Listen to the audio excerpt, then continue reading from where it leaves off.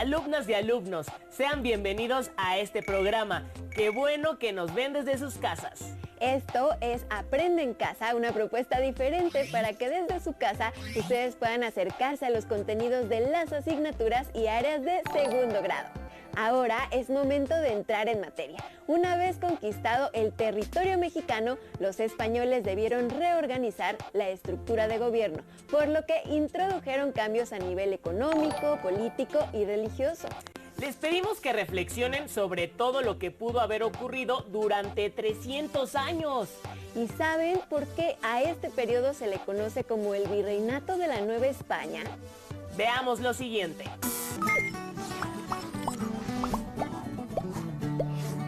Bienvenidos a la trama del tiempo. En esta cápsula vamos a sumergirnos en la colonia, una etapa que duró alrededor de 3 siglos y a la que también se le conoce como el Virreinato. ¿Te imaginas todo lo que ocurrió en 300 años? Antecedentes. La caída de México Tenochtitlán marcó el fin del poderoso imperio mexica y el inicio de una nueva era. Hernán Cortés se basó en las leyes de la monarquía española para fundar un nuevo reino, la Nueva España. Las encomiendas. Cortés aprovechó la estructura que ya existía por la dominación mexica para someter a cada pueblo y señorío del imperio. Por ello, se instaló en la capital, conservando su nombre prehispánico, México. Él sabía que los indígenas no aceptarían fácilmente la intromisión de los españoles, así que estableció las encomiendas, una forma indirecta de gobierno que consistía en que cada conquistador se encargara de 2 o 3 pueblos. De esta manera, se les enseñaría la fe católica y a cambio, los indígenas pagarían el mismo tributo, que ya de por sí acostumbraban pagar al imperio mexica. Al mantener el poder de los antiguos caciques y jefes indígenas, las encomiendas fueron exitosas y numerosas en un principio, más de 500 al menos, ya que el principal objetivo era el de lograr la dominación española. Cortés fue recompensado por su labor militar y fue nombrado gobernador, capitán general y justicia mayor de la Nueva España. A los encomenderos, en cambio, se les prohibió heredar sus tierras, lo cual generó un gran descontento, provocando que se desquitaran con los indígenas. La conquista religiosa. La evangelización era muy importante para la monarquía española. Dado que Europa luchaba contra la expansión del protestantismo, era necesario incrementar el número de fieles, así que para redoblar esfuerzos pidieron ayuda de los frailes. Los franciscanos fueron los primeros en llegar a la Nueva España. En menos de 10 años también se instalaron los dominicos, los agustinos y los mercedarios, quienes fundaron las doctrinas y además construyeron templos y monasterios. Tiempo después también llegaron los jesuitas. Los frailes se esforzaron en conocer las diferentes lenguas indígenas, enseñarles el español, educarlos en el cristianismo y defenderlos de los abusos de los encomenderos. Para lograrlo, hicieron uso del teatro, la música y la pintura, y también organizaron bautismos multitudinarios. Finalmente, la aparición de la Virgen de Guadalupe favoreció a que los indígenas se identificaran con la nueva fe. Aún así, la labor evangelizadora fue complicada, pues los indígenas se rehusaban a abandonar a sus dioses y adoptar una nueva religión. Muchas construcciones prehispánicas fueron derrumbadas y su material reutilizado para construir iglesias sobre las pirámides. Acabaron simbólicamente con las creencias antiguas, introduciendo la nueva religión. Algunos encomenderos creían innecesario evangelizar a los indígenas y prefirieron esclavizarlos. Sin embargo, la corona española los consideró vasallos y prohibió su esclavitud. Como sabrán, cambiar de creencias no es nada fácil, y por eso pasaron varias generaciones para que el catolicismo se introdujera en la población nativa. La mezcla de culturas en la colonia fue compleja, ya que siempre prevalecieron ideas y prácticas indígenas, dando vida a nuevas tradiciones. El gobierno. Como imaginarán, gobernar nuevos territorios a miles de kilómetros de distancia suena a una misión casi imposible. Aunque los primeros conquistadores y encomenderos eran fieles al rey, se hizo necesario un nuevo sistema de gobierno para evitar los abusos y el descontrol. El primer paso fue crear el Consejo de Indias, encargado de atender los asuntos de América. Además, se fundaron 2 audiencias, que impartían justicia en nombre del rey. Las audiencias estaban al tanto de lo que pasaba en los pueblos indígenas, los cuales tenían su propio sistema de gobierno, llamado República de Indios. La corona española, además de todo, decidió enviar a un virrey, una figura que además de ser el representante del rey en el nuevo continente, sería la figura de máxima autoridad, teniendo el mando supremo del gobierno, la jefatura militar, los asuntos de justicia y los asuntos de la iglesia. Justo de ahí surgió la denominación del virreinato. Sin embargo, aún quedan historias por contar. ¿Cómo se involucraron el arte y la cultura? ¿Qué tanta trascendencia tuvo la economía novohispana? ¿Cómo fue la organización de la sociedad? Todas las preguntas serán contestadas en el siguiente capítulo de La Trama del Tiempo, La Colonia. Esta historia continuará. Como vimos, los españoles debían organizar un gobierno que les permitiera mantener su dominio y evitar rebeliones de los pueblos conquistados. Así es, de la misma manera que debían cumplir con los objetivos de conservar esas tierras para el rey de España y evangelizar a los habitantes. Ahora les invitamos a ver el siguiente programa. Realicen una tabla sobre las principales instancias de autoridad en el virreinato de la Nueva España. Muy bien, vamos a verlo. A la caída de México Tenochtitlan inició un proceso de conquista y colonización en Mesoamérica llamado virreinato, que se caracterizó por una serie de cambios políticos y económicos. ¿Cuáles fueron esos cambios y cómo se instauraron en la Nueva España? Veámoslo. El virreinato se instauró en la Nueva España sobre una estructura de administración política y económica, basada tanto en el ejemplo español como en antiguas prácticas mesoamericanas. Estos cambios político-administrativos implicaron a su vez cambios en las divisiones territoriales del México antiguo. Así, surgieron nuevas instituciones políticas y formas de propiedad de la tierra. Las instituciones legales y de gobierno quedaron distribuidas jerárquicamente de la siguiente manera. El rey era la máxima figura de autoridad, tanto en España como en la Nueva España. En asuntos relacionados con los territorios americanos, era asesorado por el Real y Supremo Consejo de Indias, quien además supervisaba la recaudación de impuestos. Por su parte, la Casa de Contratación de las Indias, que se encontraba en la ciudad de Sevilla, regulaba la navegación y el comercio entre España y los territorios conquistados. Como representante directo del rey, el virrey era la máxima autoridad en la Nueva España. Tenía a su cargo la administración política, económica, legal y militar del territorio. La audiencia era un tribunal de justicia que aplicaba las leyes y ejercía el poder en ausencia del virrey. El gobernador se encargaba de administrar grandes extensiones territoriales como las provincias y reinos. Cuidaba el cumplimiento de las leyes y de la justicia, además de enviar el tributo a las cajas reales. Su puesto estaba sujeto a la decisión del virrey. Otra figura de autoridad era el corregidor. No podía legislar, pero sí gobernar. Administraba justicia, recaudaba impuestos, supervisaba comunidades indígenas, llevaba asuntos judiciales y civiles y administraba el repartimiento. Su jurisdicción no era clara, pero su alcance era menor al del gobernador. El alcalde mayor tenía a su cargo un territorio delimitado dentro de la jurisdicción de los gobernadores. Esta autoridad político-administrativa y de justicia recaudaba tributos y rentas reales, además de vigilar a las poblaciones indígenas. El ayuntamiento era una corporación pública, con una división territorial específica, que ejercía funciones administrativas y judiciales. Los cabildos eran organizaciones que correspondían a una división territorial de menor tamaño, al mando de alcaldes y regidores. Se encargaban de administrar y gobernar ciudades y pueblos. Y, finalmente, la República de Indios, que concentraba a la población indígena en espacios delimitados para evitar la convivencia con los españoles. En el aspecto económico, algunas prácticas mesoamericanas se conservaron, como el pago del tributo y la organización de los calpullis, y se implementaron otras, que cambiaron la propiedad de la tierra.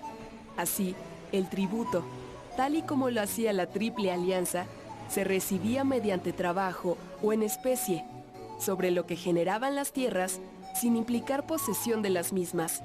Los soldados españoles que participaron en la conquista recibieron mercedes de tierra como recompensa. A través de la encomienda, los españoles obtenían derechos sobre el trabajo y los productos de las tierras de los indígenas que lograban evangelizar.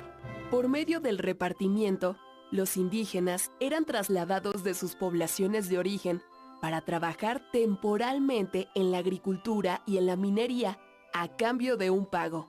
Y con el Real de Minas se entregaron zonas mineras a los españoles con la idea de incrementar la producción de metales. Los cambios en las formas de gobierno, administración y economía repercutieron, sin duda, en las formas de propiedad de la tierra. Ciertas formas de organización administrativa aún se conservan. ¿Reconoces alguna? Comenta con tus compañeros la manera en la que actualmente se ejerce esta figura. ¿Qué les pareció? Si bien había una organización política definida en la Nueva España, la labor de la Iglesia era muy importante. Así es, y permitió consolidar el poder durante 3 siglos. Antes de ver el siguiente segmento, considera las siguientes preguntas. ¿Cuál era la labor del Santo Oficio? ¿Cuáles fueron las ciudades más importantes durante el virreinato? ¿Qué producto fue el detonador para crear nuevas ciudades en el norte de la Nueva España? Ahora sí, veamos lo que sigue. Previamente en la trama del tiempo, Tenochtitlán ha caído y Hernán Cortés ha constituido el reino de la Nueva España. Ahora las encomiendas y la religión buscan reorganizar a los indígenas. Y aunque imponen resistencia, se han encontrado maneras para introducir la fe. Ahora que el rey ha reconocido este imperio, necesitará un representante para vigilar los intereses de España. Un virrey.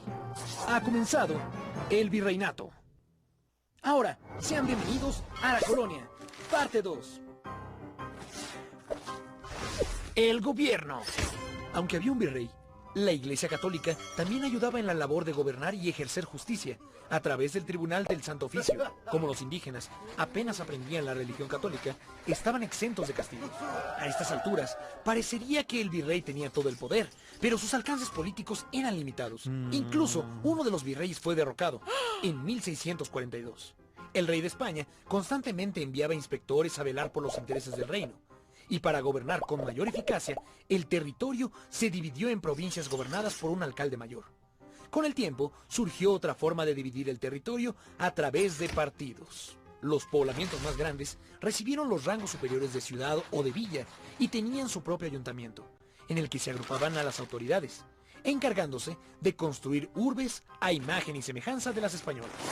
La consolidación del gobierno virreinal hizo posible la expansión del territorio, que creció hacia el norte gracias a numerosas expediciones que iban en busca de un codiciado metal, la plata. Entonces, se crearon nuevos reinos y ciudades que gracias a la minería vivieron un apogeo económico. La economía.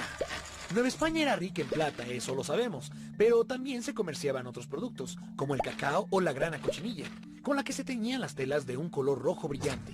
Y también se producía azúcar de caña y se cultivaban frutos y vegetales. Mientras la minería arrojaba mucha riqueza para empresarios españoles, los indígenas en las minas sufrieron de explotación y malas condiciones. Aún prohibida la esclavitud, esta podía encontrarse en algunas minas. La plata y otros productos novohispanos llegaban a muchas ciudades del planeta, gracias al comercio internacional por vía marítima. También productos muy lujosos, como la seda, la porcelana, el marfil y las especias, llegaban a Nueva España mediante enormes embarcaciones que viajaban por todo el mundo. El acceso a estos lujos estaba limitado a un pequeño grupo privilegiado. Sociedad. Los títulos nobiliarios y el origen familiar se consideraban muy importantes para las élites, y tanto la nobleza indígena como la española gozaban un estatus superior. Los españoles peninsulares concentraron paulatinamente poder y riquezas, estableciendo además un esquema de distinción social basado en los rasgos físicos y el color de la piel. El sistema de castas. Con las mezclas de sangre y razas, surgió la inquietud de clasificar a las personas de acuerdo a su origen, y aparecieron categorías un tanto extrañas, como los criollos, los cambujos, los mestizos o los ambos. La pertenencia a un grupo era muy importante para ser tomado en cuenta en la época. Por eso las personas que compartían un oficio o actividad formaban corporaciones, mismas que defendían los intereses de su gremio ante las autoridades. El arte y la cultura. La Iglesia Católica era una institución muy poderosa. Además de influir en la vida social y política, regía gran parte de las producciones culturales y artísticas. A pesar de la distancia, los religiosos y pensadores novohispanos se ilustraban constantemente en los saberes desarrollados en Europa. La arquitectura, la música, la pintura y la escultura florecieron al cobijo de la Iglesia. Además, la literatura novohispana fue muy valorada y alcanzó un gran prestigio. Otros conocimientos como las matemáticas y la astronomía eran muy importantes para la minería y la navegación. El conocimiento ancestral prehispánico sobre los beneficios herbolarios en la salud también fue aprovechado para curar algunos males. Los cambios que apuntan a la independencia. La llegada de una nueva casa gobernante en España marcó una nueva etapa, pues muy pronto sucedieron algunas reformas al comercio y se introdujeron nuevos funcionarios al territorio novohispano, los intendentes. Había mayor control de los recursos por parte de la corona, además de que los cargos políticos importantes comenzaron a venderse al mejor postor. Esto benefició a los criollos, que podían acceder a algunos cargos. Sin embargo, puestos más importantes seguían perteneciendo a los peninsulares, lo que fue tachado como un acto de discriminación. Mientras la corona se ocupaba de obtener riquezas de sus colonias, las diferencias sociales entre ricos y pobres se incrementaron. Las reformas borbónicas. Para hacer más eficiente la administración de sus colonias, los Borbones, quienes regían en España desde el siglo XVIII, establecieron impuestos a las actividades productivas, como la minería y el comercio. La corona controló una parte del ahorro de los indígenas con el pretexto de prevenir desastres o epidemias, pero esta medida provocó un malestar general y recurrieron al amparo del rey. La furia ante las nuevas políticas, la agudización de las tensiones sociales y la denuncia de injusticias hacia los indígenas, así como el sentimiento criollo de la ilegitimidad monárquica, desembocaron en una poderosa crisis que se fue intensificando cuando Napoleón Bonaparte invadió España y colocó en el trono a su hermano José I. Fue en ese momento que en la Nueva España se cuestionó como nunca antes ser vasallos de un rey al que nunca habían visto. La palabra independencia se susurraba en conversaciones clandestinas, una idea que se iría propagando gradualmente y que desembocaría en el movimiento que sacudió a toda la sociedad de la Nueva España. ¿Pero qué sucedió para que se desatara la Revolución de Independencia? ¿Quiénes participaron en la lucha armada y por qué? ¿Qué pasó con la monarquía española? ¿Cómo se fundó la nación mexicana? Para saberlo, no te pierdas el próximo episodio de La Trama del Tiempo, Historia de México. Esta historia continuará. Según lo visto, debemos destacar los cambios políticos y económicos que se realizaron durante el virreinato de la Nueva España. Por supuesto, y resaltar el orden jerárquico de las instituciones de gobierno, haciendo énfasis en el trabajo del rey, virrey, audiencias, gobernadores y corregidores. Y también las prácticas mesoamericanas que conservaron, como son los tributos y la organización de los calpullis. Y no podemos finalizar este programa sin invitarles, ahora que son tiempos de estar en casa y ser pacientes. Así es, seguramente en el día a día se presentan pequeños conflictos, los cuales se pueden remediar y solucionar poniendo de nuestra parte. Ahora sí, antes de irnos les dejamos unas preguntas. ¿Cuáles son las instituciones políticas que surgieron en la Nueva España? ¿Quién era la máxima figura de autoridad tanto en España como en las colonias? ¿Qué institución regulaba la navegación y el comercio entre España y los territorios conquistados? ¿Cuál era la diferencia entre el trabajo de un gobernador y un corregidor? ¡Hasta la próxima!